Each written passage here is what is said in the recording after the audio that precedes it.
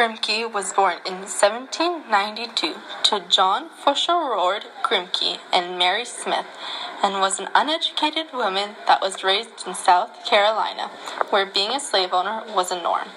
John Grimke, father of Sarah and Angelina Grimke, did not seek to educate his daughters, though his sons secretly taught them as they grew up. She was the last of 14 children. Growing up, they both witnessed the hardships African Americans faced as well as the discrimination against women in America. At a young age, Sarah became aware of her education being insignificant compared to her brothers. And because Sarah was concerned with the slave treatment, she became close to them and eventually taught them to read and even gave them Bible classes. The slaves were punished for being educated. Their punishment was being whipped.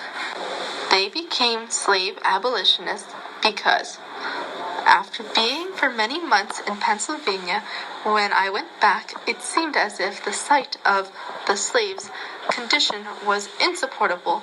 Can compare my feelings only with the king incessantly gnawing. I was one in the bonds looking on their suffering. I could not soothe or lessen. Angelina Grimke was among the first women to speak in public against slavery, defying gender norms as well as promoting racial and gender equality.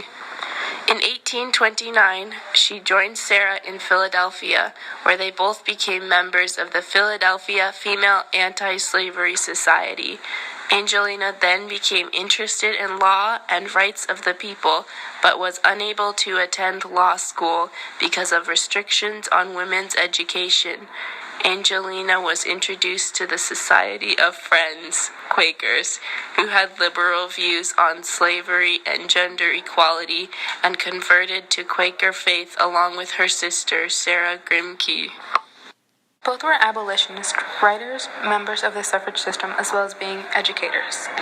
Later, when they published Appeal to the Christian Woman of the South and Letters on the Equality of the Sexes, the sisters' public identification with the abolitionist cause rendered them traitors in their native city and state, and even strained their Quaker friendships. The Grimke sisters then began to address small groups of women in private homes. This practice grew naturally into appearances before large mixed audiences.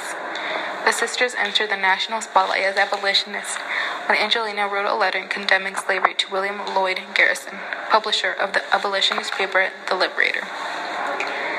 Garrison published Angelina's letter, in which she volunteered to help in the cause. Their dedication and bravery gave birth to the idea of feminism by empowering women and being the first to stand their ground against men that believed women were inferior to them. In 1838, Angelina married the abolitionist Theodore Dwight Weld. After collaborating with Weld on slavery as it is, the testimony of 1,000 witnesses, in 1839, the sisters retired from public activity, and Angelina, along with her husband, an older sister, moved into the last home in Boston. Sarah would die in 1873 at the age of 81, and Angelina would die 6 years later at the age of 72.